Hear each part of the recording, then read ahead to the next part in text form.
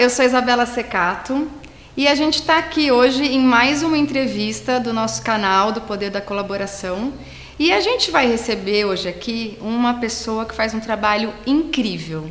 Então, primeiro eu quero te perguntar, quando alguém te fala sobre abelhas, o que te vem em mente? São 3 coisas que eu não vou revelar agora, porque quem vai nos contar essa história é o Gerson Pinheiro, da SOS Abelha Sem Ferrão.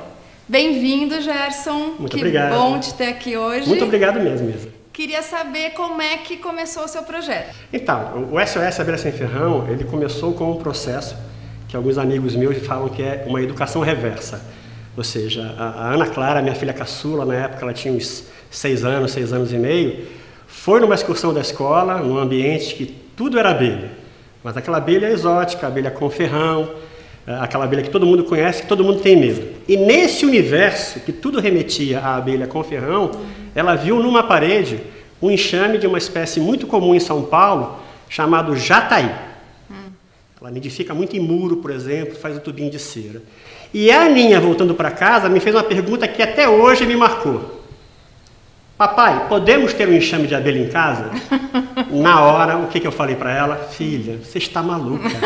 Nós não podemos ter abelhas em casa. Aí ela brincando comigo, né, fala assim, mas papai, são abelhas sem ferrão. Fui na internet, pesquisei e o meu mundo, daquele momento em diante, ele mudou. Ele virou completamente, né? Eu descobri um universo que eu não sabia e aquele momento, para mim, mágico, mudou realmente a minha vida. A partir dali eu estudei muito, estudei bastante a respeito do assunto e uma coisa me chamou muita atenção. 2 paradigmas que existem com relação ao tema abelha, que é, quando o ser humano ouve a palavra abelha, ela pensa imediatamente em 2 pontos. Quais são? Picada. E? Mel. Mel. Tudo errado.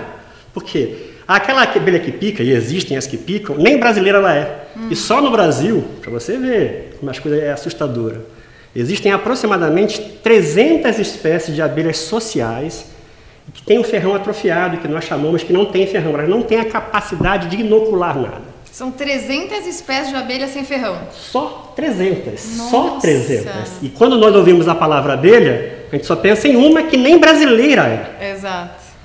E mel é bacana, é gostoso, numa pinguinha é maravilhoso, não tem mal algum, né? Mas mel é um subproduto, me perdoem, porque o trabalho principal que as abelhas nos dão é a polinização. Sim. Segundo a própria FAO, 75% da alimentação humana depende do trabalho de polinização por abelhas. E nós só lembramos do mel. É verdade. A gente não pensa nessa cadeia inteira. Exato. É. E nós temos que pensar, o foco tem que ser polinização. O mel, ele é consequência de um trabalho de polinização. Perfeito. Se nós nos preocuparmos primeiro com isso, todo o resto vem junto. E Gerson, esse trabalho todo de polinização, que você acabou de falar que é tão fundamental, que trabalho você faz para mostrar para as pessoas a importância disso? Se você tiver a oportunidade, por exemplo, de se aproximar de um enxame, da jataí, aquela abelhinha que eu falei anteriormente, e tiver ainda a oportunidade de ter acesso à estrutura do ninho, através de uma caixa com transparência, você vai ver o poder de colaboração, a lição de colaborativismo que ela nos dá, né? Uma trabalha para a outra, para ajudar a próxima. Ninguém trabalha para si só, ninguém quer juntar nada, todo mundo quer dividir, né? E isso, para mim, é o conceito básico de colaboração, né? Você se doar e receber doação. É uma troca mútua, né? De coisa boa, de coisa positiva, de trabalho honesto, né? Só de olhar para um único enxame de abelha sem ferrão, você percebe isso. Nossa, isso é muito lindo, né? Agora, olha só, o Gerson vai contar pra gente. Se eu quiser ter um enxame na minha casa, eu posso? É possível? Você não quer um enxame também? É possível? Não só pode, como deve. Esses seres, né, estão diminuindo muito a sua população pelo nosso modo de viver, de usar os recursos naturais. Sim. Então eu sempre aconselho as pessoas que, se puderem proteger um enxame na árvore, o façam. Mas é muito comum hoje fazermos ninhos iscas e capturarmos enxameações naturais provenientes desses enxames. Não entendi nada, explica para mim. Claro que sim. Todo enxame é como se fosse um animal coletivo. O primeiro objetivo dele é se perpetuar como espécie. Tá. Em determinadas épocas do ano, cada enxame vai soltar princesas que formarão novos enxames. Tá, entendi. Tem árvore suficiente na cidade hoje, nós derrubamos mais ou plantamos mais. Então, muitas vezes, esse material genético, essa princesa, ela simplesmente não forma outro enxame porque não tem aonde morar. Sim. Então, se você disponibilizar esses espaços, você pode muito bem receber um enxame na sua casa e passar a ser um cuidador. Perfeito. Só que é óbvio, né, que precisamos estudar um pouco. A abelha é como se fosse um cachorro, né, que você ganha lá, por exemplo, um husky siberiano. A primeira coisa que você tem que fazer é pegar uma literatura sobre essa raça e estudar hábitos, necessidades, o que ele come, o que ele não come. A abelha não é diferente. Então tem que estudar sim um pouquinho.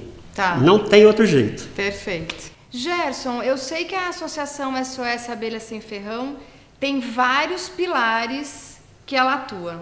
Conta pra gente um pouco quais são. São 3, né? A educação ambiental, que nós atuamos, né, falando de abelhas, para quem quiser ouvir falar de abelhas. O nosso público-alvo sempre foi criança, mas a gente não discrimina. A gente fala para adulto, para jovem, para idoso, a gente fala para todo mundo. Legal. Mas o nosso público-alvo sempre vai ser criança. De preferência de periferia, de preferência de escolas públicas, é a nossa target para atuação, é o nosso alvo para atuação. Fora a educação ambiental, que a gente começa a falar de abelha e começa a viajar para um monte de outros assuntos, né? Que tudo está interligado. A gente fala sobre plantio, fala sobre punks, plantas alimentícias não convencionais. Que bacana. Fala sobre compostagem, né? Sobre a terra ser viva, sobre higienismo, né? Que a gente parar e pensar, um gramado é lindo, mas é uma monocultura. Né? Então nós temos que ter esse cuidado com o meio ambiente. Nós vivemos num país tropical, quente e úmido, propenso a fungos e bactérias, por exemplo. Então, se a gente tiver outras plantas que protejam outras plantas, isso é muito importante. Então, é esse equilíbrio que nós fazemos em educação ambiental. Fora isso, então, nós também trabalhamos com preservação ambiental. Basicamente, a gente faz resgate de enxames em riscos. Nós o fortalecemos daquele trauma que ele sofreu, da remoção, da queda da árvore. Recuperamos esses enxames e o alocamos em locais públicos. Hortas comunitárias, escolas, ONGs, quem queira receber esses enxames, ele vai para lá gratuitamente, né? Que legal. A gente não cobra nada por isso. E o advocacy, né? Ou seja, nós estamos dispostos, né? E sempre estamos próximos, né? A ajudar quem queira melhorar a legislação. Que, infelizmente, para a atividade da meliponicultura no Brasil, a legislação é muito falha, ela é muito pequena ainda. E é uma atividade tão grande, mas tão importante para o brasileiro, que a legislação não compreende tudo isso. Pra você ter noção, a atividade de criar abelhas no Brasil é cultura. Né? Você vai no sertão aí do Nordeste, do Centro-Oeste do Brasil, é comum lá o pai dar de presente para o filho na roça um cortiço com uma abelha dentro, porque já tem um açúcar garantido para o filho. Que legal! Né? Isso é cultural, já é criado já há centenas de anos no Brasil. Né? Perfeito. E ninguém fala disso, né? Ninguém fala disso. É que assim, acho que quando a gente assiste um filme, tem aquele homem vestido que vai para o espaço, né? Aquela coisa na cara, e ele vai lá perto das abelhas. E aí você já, de cara, fica com medo das abelhas. São esses, entre tantos outros paradigmas que nós temos na atividade. Então, quebrar um pouco isso. Exato. Uma coisa que nós temos também na meliponicultura é a falta de padrão, porque são 300 espécies aproximadamente, com populações diferentes, com tamanhos diferentes, com hábitos diferentes, tudo diferente. Algumas são defensivas, não são agressivas, se defendem enrolando no cabelo, entrando no ouvido. Aí é necessário um EPI, um chapeuzinho mosquiteiro é o suficiente, né? Então, mas é esse paradigma que só aparece na televisão o quê? Mel, né? Só picada, né? Que ferroa, que machuca, que agride a gente. Aí eu pensei lá atrás, quem é que protege essas abelhas se ninguém conhece elas? Então é comum, por exemplo, eu ser chamado por pessoas em São Paulo que, vocês vêm aqui que eu estou com uma infestação de abelha aqui. Infestação, querendo matar, jogar veneno no enxame de abelha. Entendi. Mas a pessoa não faz isso de maldade. Ela faz por falta de informação. Exato. Aquela abelha vai me picar, ela vai me fazer mal. Muito pelo contrário. Tem diversos amigos nossos que falam que a abelha não faz mal, a abelha faz mel. Mel! Perfeito. Não é verdade? Perfeito. Legal. Então, se as pessoas tiverem dúvidas, quiserem saber sobre enxame, quiserem levar uma palestra sua, por exemplo, elas podem te achar onde? Então, o SOS hoje ele atua nas mídias sociais. Então nós temos site, fanpage, grupo de discussão no Facebook, Instagram, Twitter, canal no YouTube. Está repleto de material para vocês se aproximarem e conhecerem esses seres fantásticos, né? E um fato curioso, né, que o SOS ele existe nas redes sociais desde o dia 25 de janeiro de 2014. E nesse curto período de tempo, a coisa cresceu tanto, que a fanpage hoje está com mais de 50 mil curtidas, né? A gente não conhece, ou desconhecemos um outro grupo no mundo inteiro que tem o mesmo assunto que a gente, tem um número tão grande de pessoas que curtem a página, que seguem a gente, que compartilham esse material. Isso é importante. Se vocês forem acessar esse material, a única coisa que eu peço para vocês é que compartilhem. Que a melhor forma de proteger a abelha sem ferrão é falar, mostrar as abelhas sem ferrão para quem não conhece. Nós temos que desmistificar esse tema, esse tabu. A abelha pica. Nem toda abelha pica. A que pica não é nem brasileira. Legal? É uma abelha exótica que foi introduzida no Brasil em época diferente de nossa história, né? Inclusive tem fatos curiosíssimos sobre essas introduções. Legal. É o primeiro caso de racismo no Brasil, por exemplo. É verdade, é verdade. Porque a primeira leva de abelhas Apis mellifera, essa abelha com ferrão, ela veio do continente europeu para cá, trazida por grupos religiosos, né? E o que esses grupos faziam no Brasil? Eles lidavam com os índios, que já conheciam as abelhas indígenas brasileiras, né? Sim. Então, por que trazer a abelha lá da Europa para cá, que tem ferrão? Né? É porque os padres, né, os jesuítas, enfim, aqueles grupos religiosos, perceberam que a cera da nossa abelha é mais escura do que a Apis mellifera, que produz uma cera branquinha. Então, achou que a cera era impura para fazer vela, por exemplo. Entendi. Só que, na verdade, as nossas abelhas nativas também produzem cera branquinha. Tá. Só que quando elas produzem a cera, elas automaticamente já inserem própolis na cera, escurecendo a cera. Entendi. Mas por que elas colocam própolis? Para deixar a cera contra fungos e contra bactérias, né? Perfeito. Ou seja, já dão remédio, né, na própria cera. E lembrando que eu falei há um tempinho atrás que nós vivemos num país tropical. Quente e úmido, propício a fungos e bactérias. Elas já tratam disso na própria cera, elas já começam a fazer a asepsia do enxame na própria cera. Uau, que incrível! Caso de racismo, escuro não presta para fazer cera. Enfim, exato, né? É verdade. Agora, vamos retomar um pouquinho a questão do mel. Ok. Toda abelha produz mel, certo? Toda abelha. A gente acabou de falar que as pessoas acham que a abelha pica e dá mel. Só que o mel não é pra gente, né? Conta um pouquinho sobre essa questão da produção de mel. Toda abelha vai produzir mel, em maior ou menor quantidade. Lembrando que eu também já mencionei que existem diversas espécies com populações diferentes. Sim. Então, um enxame que tem uma população média de 300 abelhas, 400 abelhas, vai precisar, para passar o ano, aquela época de pouca florada, de frio, de uma quantidade específica de mel. E aquela que tem 10 mil abelhas, 100 mil abelhas, produz uma quantidade maior, para poder passar também por esse período de escassez de alimento para elas. Perfeito. Mas toda espécie produz mel. E como é que elas produzem mel? Então, cada abelha, todo dia, aquela operariazinha que sai de casa para trabalhar, para a labuta, ela vai na flor e vai coletar néctar ou pólen, né? Então, ao coletar o néctar, que basicamente 90% é água, ela enche o seu papo, a sua barriguinha e traz esse néctar para o enxame e nesse processo já coloca enzimas ali dentro para ir quebrando os açúcares, né? Tá. Chega na casa dela, onde ela mora, ela vai transferir para uma irmã, que transfere para outra, e cada uma vai colocando mais enzimas e depois de 5, 6, 7 abelhas, ela vai lá e deposita num pote. Entendi. Até nisso as nossas abelhas são mais bacanas. Elas não fazem favos, elas fazem potes de mel. Que lindo! E nesse processo de coleta de néctar, ela também pode coletar o pólen, né? Então, só esclarecendo, o mel que elas produzem é o alimento energético, é o que faz força para elas trabalharem, dá energia. E o pólen é o alimento proteico, são as gorduras, né? Tá. Que faz a coisa crescer, dá massa. Então, entendi. a abelha, depois que nasce, ela se alimenta praticamente, exclusivamente de mel. Ela já cresceu o que tinha que crescer, agora ela só precisa trabalhar. E a então criazinha... ela coleta e leva para o enxame e aquilo lá transforma em mel, que é o alimento dela. Exatamente, ela vai tirar aquele excesso de água, o açúcar vai ser quebrado, a sacarose, para frutose, glicose, açúcar mais palatáveis, né?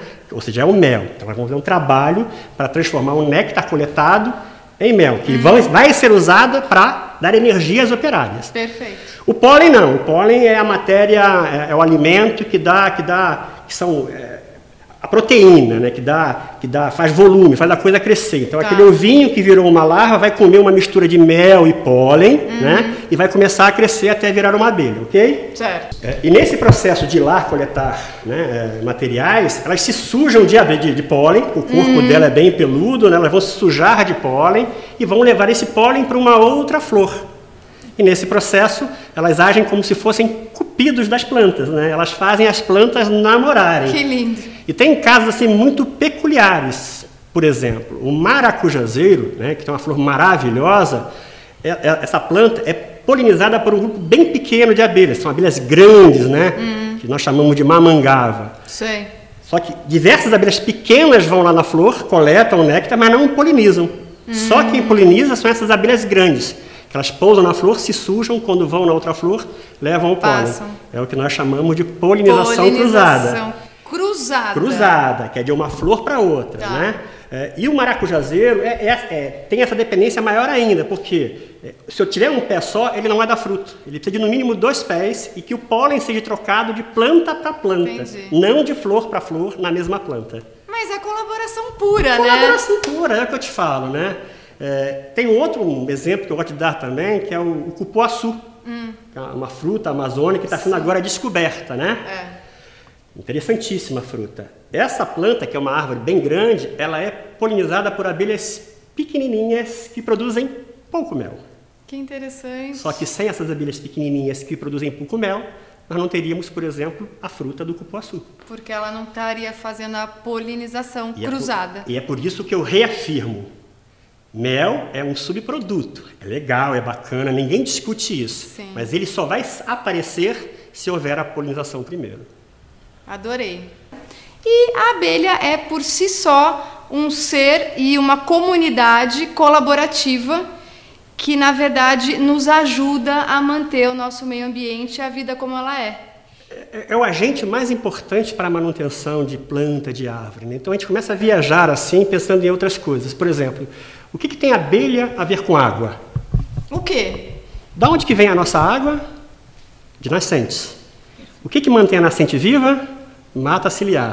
Perfeito. Quem mantém a mata ciliar viva? As abelhas. Ajudam bastante, né? Sim. Então, porque elas estão fazendo a polinização. Ou seja, aquela plantinha que protege ela vai morrer um dia por velhice. Ela tem que ter outra para repor ela no lugar. E quem faz esse namoro, essa fecundação das plantas são as abelhas. Existem biomas no Brasil, o Cerrado, por exemplo, que essa dependência de abelha nativa do Brasil e plantas nativas do Brasil, no caso do Cerrado, o percentual de interdependência ultrapassa os 90%. Nossa. Então, são insetos que evoluíram para serem polinizadores. Óbvio que nós sabemos que existem outros insetos, mamíferos e aves que também polinizam, mas a dependência para a abelha, percentualmente falando, é extremamente grande. Gerson, super gratidão por ter vindo, por ter contado tanta coisa legal sobre as abelhas. Se você quiser um enxame, quiser conversar mais sobre o SOS Abelha Sem Ferrão, quiser levar uma palestra para algum lugar, quiser fazer uma extensão em alguma cidade, Gerson está à disposição. Aqui embaixo, olha no vídeo, tem o site dele, então entra, compartilha esse vídeo aqui, entra nesse site aqui, conversa, fale sobre as abelhas, porque assim a gente pode ajudar a preservá-las e ajudar o meio ambiente. Isto é colaboração. É isso aí, gente. Entre aqui, compartilha. Obrigada. Tchau, tchau.